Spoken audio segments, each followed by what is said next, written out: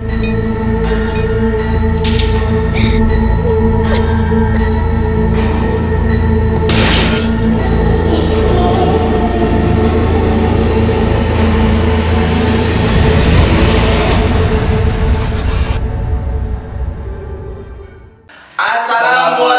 warahmatullahi wabarakatuh. Kembali lagi bersama kami di Penamati, di mana kami akan mengupas tuntas tentang dunia kebatinan. Oke bang, malam ini atau hari ini kita kembali lagi bersama sahabat Pena ya bang. Iya. Banyak pertanyaan-pertanyaan di luar sana bang. Ini kan udah memasuki dunia politik ya bang, Iya. pemilu udah mulai memasuki namanya yang di luar sana oknum-oknum partai itu mulai membagikan namanya kalender atau apa itu kan udah maklum ya. Iya, udah lumrah lah di Lumrah di masyarakat. Ini bang satu pertanyaan dari saya pribadi ya bang.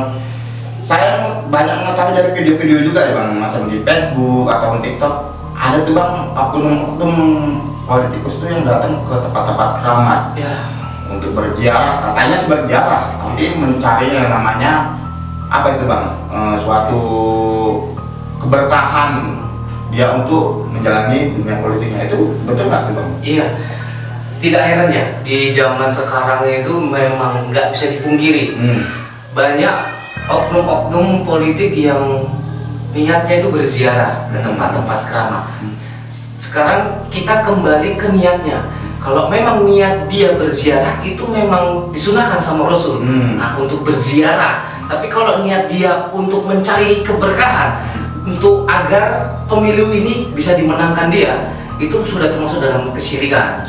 Karena memang di dalam Islam nggak diperbolehkan hal seperti itu.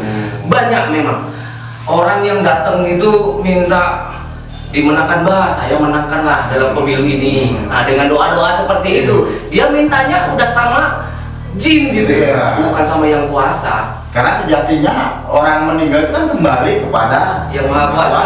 Ini kan ya sahabat Pena berdoa itu ya sama Allah Subhanahu Wa Taala, pencipta kita, Tuhan yang Maha Esa. Jangan sama jin-jin yang dikubur, karena sejatinya di dalam tempat-tempat seperti itu penunggunya itu bukan beliau yang sebelumnya hidup ya. Bukan. Memang itu dari jin semua di situ yang memang menyesatkan umat manusia. Jadi itu bang, ada yang dibilang tuh penjaga-penjaga jaraknya itu banyak juga yang bilang sosok penunggu di sini tuh kodamnya beliau yang sebelumnya meninggal di situ bang. Iya, iya banyak yang memang kuncen-kuncen lah kita bilang ya. Nah, memang banyak kuncen mengatakan di makam ini sudah dijaga sama kodam-kodam yang sebelumnya dia hidup gitu. Ya kalau misalnya kodam ini muslim, mungkin mereka tidak akan mau menanggapi ini. Nah, yang memang datang meminta sama si makam ini gitu loh. Kebanyakan khodam yang muslim itu nggak di situ.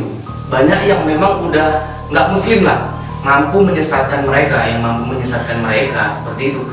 Karena memang nggak diperbolehkan kita meminta ini. Banyak politikus yang memang seperti itu. Makanya kenapa setiap di zaman pemilu itu banyak kali seperti Banaspati.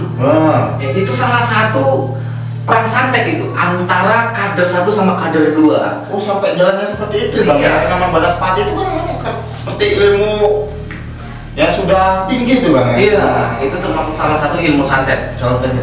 Ya, jadi kalau dalam pemilu itu nggak heran kalau banyak Banaspati berterbangan di mana-mana. Karena untuk menghancurkan kader satunya.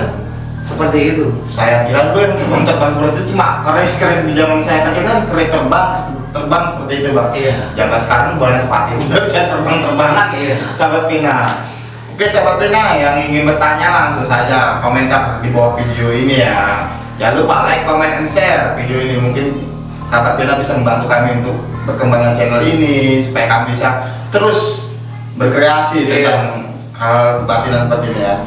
Dan satu lagi, semua yang kami buat ini menurut pengalaman dan perjalanan kami ya, bukan semata-mata yang menyesatkan sahabat Pena. Tidak, iya. Karena banyak sahabat Pena juga menanyakan, ini ada nggak dalilnya seperti kebatinan ini? Iya. Ya, dan kita akan datangkan yang mengetahui dan memahami seperti itu. Iya. Oke, sahabat Pena. Jadi kembali lagi ke soal politik itu bang. banyak oknum nih ya bang, oknum politikus itu yang menyalahgunakan itu kan sepertinya kasihan itu bang, seperti ke makam-makam yang apa seperti leluhur itu bang. Iya. Ya namanya orang meninggal difitnah seperti itu bisa memenangkan oknum politik ini, jadi kasihan tuh bang sama yang meninggal, sejatinya dia udah kembali ke Iya. Jangankan yang udah meninggal gitu, yang udah memang pernah hidup, jin muslim sendiri, jin ini ya, melihat kelakuan manusia meminta kepada makam itu juga sangat sedih merekanya gitu. Jadi kelakuan manusia sekarang lebih dari kelakuan jin yang diceritakan oleh Allah ya. Karena jin sendiri tahu aturan gitu. Kenapa manusia yang memang diciptakan Allah itu lebih sempurna dari jin malah kayak gitu? Banyak yang melakukan sesajen seperti itu. Ya. Itu kan tidak diperbolehkan oleh agama ya. Sebenarnya boleh, juga. tapi tergantung inamal a'malu binniat, kembali ke niatnya. Niatnya tadi ya. Kalau kita memberi sesajen, niatnya bukan untuk memberi mereka makan jin, memberi sumbangsi untuk jin, itu nggak apa-apa. Nggak apa-apa itu ya. Niatkan aja kalau memang kita ini berbagi rezeki ke alam. Oh seperti itu ya. Jadi insya Allah juga ini nggak akan jadi kesyirikan gitu. Itu bang, tadi berbagi rezeki ke alam itu bukan jadi hal yang mudarat atau mubazir gitu bang. Jadi dia bawa sesajen makanan dibawa ke situ, jadinya nggak kemakan, itu nggak seperti mubazir. Nah, yang namanya mubazir itu bukan makanan yang udah jadi dibiarkan. Yang namanya mubazir itu yang sudah dimakan termuntahkan. Itu yang namanya mubazir. Jadi kalau kita memberi makanan yang diberikan rezeki Allah ke kita, itu kita akan mensyukurinya. Nah, dengan cara media kita mensyukurinya itu ya kita memberikan ke alam semesta. Yang makan kan bukan alam, banyak binatang-binatang. Itu ya, itu dia. Tapi secukupnya ya. Iya. Tapi alangkah baiknya kalau kita punya banyak sedekah ke anak yatim atau Itu fakir, itu lebih baik itu ya. Iya. Nama doa yang terjabah pasti Seperti itu loh. Iya. Oke sahabat Bina, jadi kalau punya kelebihan uang jangan buang saja ke banyak-banyak ke tempat seperti itu. Iya. Bagus berbagi ke fakir miskin atau anak-anak yatim yang Lebih baik lagi. Nah. Betul. Oke, sahabat Bina, mungkin pertanyaan tentang politik sampai di sini. Tetap pantengin di channel Pena Batin. Oke bang, pertanyaan selanjutnya tadi konsep kita kan tentang kebatinan bang. Iya. Saya ingin bertanya kebatinan. Banyak yang bertanya, teman-teman itu ingin tahu itu berapa lama sih kita belajar tentang ilmu kebatinan itu bang? Iya. Untuk mempelajari ilmu kebatinan itu melakukan proses-proses yang cukup panjang. Apalagi yang memang belum mempunyai bakat. Orang yang nol, nggak mempunyai garis keturunan atau terah leluhur yang orang-orang pendahulu, orang-orang hebat, itu sangat berat. Karena memang ada tahapan-tahapan yang harus dijalani. Contohnya seperti saya ini menurut pengalaman saya ya, saya menjalani ilmu kebatinan itu 9 bulan lebih. Saya melakukan yang namanya puasa weton. Selama 9 bulan nggak boleh putus. Itulah di situ kita menyatukan diri kita dengan sedulur papat kelima pancat. Nah, ilmu Jawa nih seperti itu. Panjang sahabat Bina. Kalau yang ingin belajar, pahami dulu bagaimana cara-caranya atau ritualnya. Jangan asal saya ingin belajar, bertanya maksudnya tidak semudah itu. Iya. Oke. Tetap panteng ya di channel Pena Batin. Oke, sahabat Pena, saya gagal lagi ya ingin bertanya ya. Langsung aja komentar di channel Pena Batin ini. Segala sesuatu pasti kita jawab secara tuntas dan kita bahas di sini. Dan kita mungkin kok kami tidak bisa menjawabnya, kita datangkan ahlinya ya Pak. Iya. Insya Allah semua pasti tuntas di sini. Oke bang, tadi masalah kebatinan tadi kan abang belajar selama 9 bulan. Hal-hal itu terlalu berat. Jadi kalau setiap orang itu bisa nggak bang?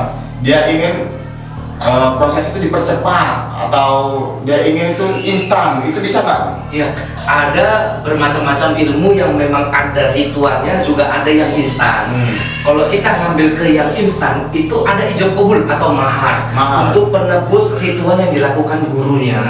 Jadi seperti itu. Contohnya kayak ilmu-ilmu kanuragan, itu bisa instan. Cuman kan juga bertahannya nggak lama. Kalau nggak dijalankan ritualnya setiap seminggu sekali atau sebulan sekali. Jadi itu bang, setiap yang tadi namanya instan diberilah ilmu transfer sama gurunya, Itu ada ritual juga itu bang ya? Nah, kalau untuk yang instan, tahap awal itu nggak ada ritual. Karena dia begitu pengijazahan bisa langsung dites di tempat. Itu yang namanya instan. Tapi ada perawatannya. Entah itu seminggu sekali, entah itu sebulan sekali, itu tetap ada perawatannya. Seperti itu. Itu yang namanya instan. Tadi itu bang, tadi masalah instan. Kan bisa bang bilang instan dijasakan sama gurunya. Tapi kan yang dijasakan ini mesti ada ilmu dasarnya tentang kebatinan dulu atau tidak bang? Iya, kalau untuk masuk ke dalam ranah kebatinan harus tetap ada ilmu dasarnya. Itu yang namanya tadi ilmu dasar kebatinan. Itu tetap ada. Tapi kalau kita masuk ke dalam ranah kanuragan, itu nggak perlu ilmu dasar. Orang awam pun yang sama sekali nggak paham tentang dunia kebatinan bisa diisi langsung kanuragan dan bisa langsung dites. Gitu. Jadi kalau kita masuk ke ranah kebatinan itu tetap harus melakukan tahap-tahap demi tahap. Karena nggak seperti kita makan cabai pedas gitu. Ilmu kebatinan ini berat ya? Berat karena ada ilmu dasarnya. Kita harus meritualkan ilmu dasar selama 7 hari berturut-turut. Begitu udah selesai ilmu dasar, kita masuk ke dalam puasa weton. Itu yang aku jalani. Masuk puasa weton itu kan sebulan sekali. Dan jalani dulu puasa weton itu sebulan sekali sampai 9 bulan, 9 kali berturut-turut. Kalau putus di pertengah perjalanan, kembali lagi kita ke awal. Wah berat ya, sahabat Penabatin berat sepertinya. Saya mendengarkan Bang Daman ceritanya kayak, wah nggak sanggup ini kan, seperti itu.